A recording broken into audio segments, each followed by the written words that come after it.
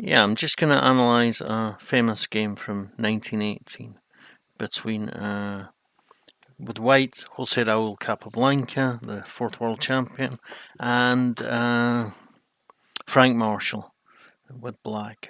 Very famous for his willingness to go to attack, and yeah, it's, it's just it's a great party. It's a great game. It's the first time we see the so-called Marshall attack in the Roy Lopez. Marshall had been saving this attack.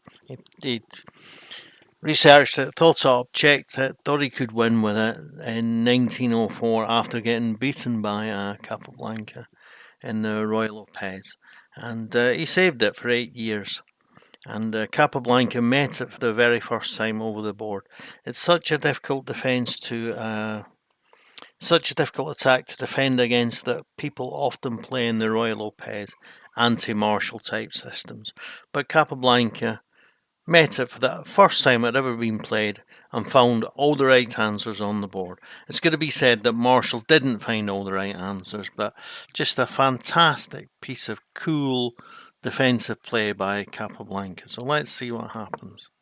E4, E5, all very standard. Both bring out the knight. Roy Lopez. And the so-called Murphy defence chases it away once. Still got the option of chasing it twice. Develops the other knight, and then he castles. The rook will be a very effective defender attacker if the knight takes the pawn. So he defends the pawn now, and he chases the knight away.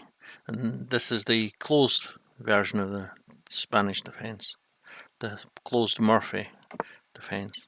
Castles and c3, and this is all you can see this being played today. So d5, the Marshall attack. So he's given away a pawn here, but he's getting a lot of things for that pawn. So the rook takes the pawn, and yeah, white is simply a pawn up, but black has really free development and can quickly produce an attack on the king side. And typically, Marshall does this. The knight goes to f6. And this isn't what is played in modern chess. Usually the rook is defended and then the bishop comes to d6. But Capablanca gets the rook out of the way before it's attacked. And yeah, what is this? Is he just giving away a piece?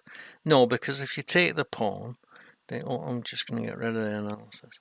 If you take the pawn, then the queen is going to come here threatening nastiness on h2, and then the bishop is going to take the pawn and then threatening the queen, and the queen is going to be very exposed. And also at the same time as it threatens the queen, it would cut the king off from escaping via e2, so he can't afford to defend against that. And you'll see this is called the original Marshall attack. This is how Marshall had originally thought of it. It's played it a little bit differently now. And this is the original Marshall attack, since this is the game where he originally played it. Queen comes to f3, where it threatens the rook on d8. But Marshall, I'm attacking here. He still can't take the knight because the queen comes here, says check, and then king comes here, and then the rook comes here, and then comes to e8, and then that's it really. So yeah, so he doesn't take the knight, of course. He just plays his pawn to get his bishop in the game, and Marshall sacrifices, and if the queen takes the knight, then the bishop comes to g3 and skewers the knight to the king.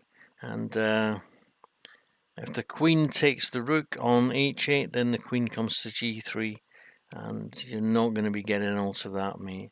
You've also got knight takes here, which is a powerful threat. So he doesn't do that. He plays the rook. The absolutely correct move. And again, puts a piece, so he's now got, the rook's no longer threatened, but his knight and his bishop are now threatened. If he takes the queen, of course, Marshall takes the queen with the knight, fine.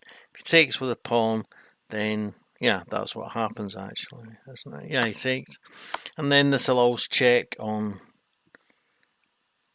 h2, and the king retreats, and now he plays bishop here, and he's threatening to come to queen to h1 mate. So he's only got one choice. He takes, and he plays the check first, and then he takes the bishop. Now, if Marshall now takes on f2, he's going to lose. The bishop, the rook is going to come into attack, and the queen's going to come into attack, and yeah, it's just, hopeless. It looks so great. I can take that bishop and I can be 3 pieces for a rook, but it's just too high a risk to take. So he develops a piece, but you'll notice he's going to have a real trouble getting these pieces into play. So, even although when he moves his bishop, as he does now, it's just 2 pieces for a rook, and they've got 6 pawns each, so it's nearly material equality. It is going to be difficult for white to develop his pieces, but if he gets his pieces developed, then it's going to be advantage white.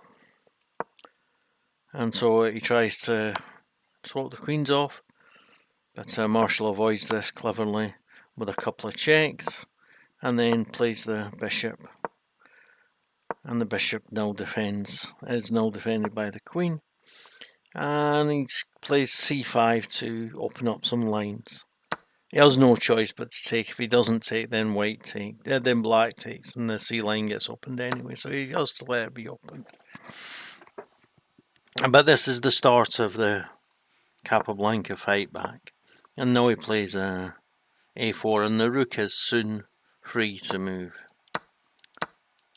Again, he makes sure it's on his terms, and the rook is developed, and the knight comes out, and he threatens the knight, and Capablanca pushes the free pawn, and the knight and bishop are swapped off, and he makes a little escape square, and then the pawn is 1 square away from being a new queen. And the rook comes to d3 to threaten the queen. And it also stops the bishop from playing to e5, where it would support the queen in square. But Capablanca finishes it off nicely now with. So if he takes with the rook, then he's gonna get a new queen.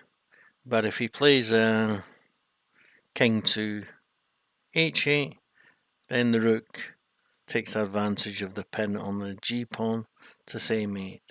If he plays the king to h7, then the queen comes to f5 and says check, and the bishop covers g6. You put the pawn in the way, it gets taken, and if you go to h8, then the pawn is still pinned and the rook will be mate. So a brilliant finish.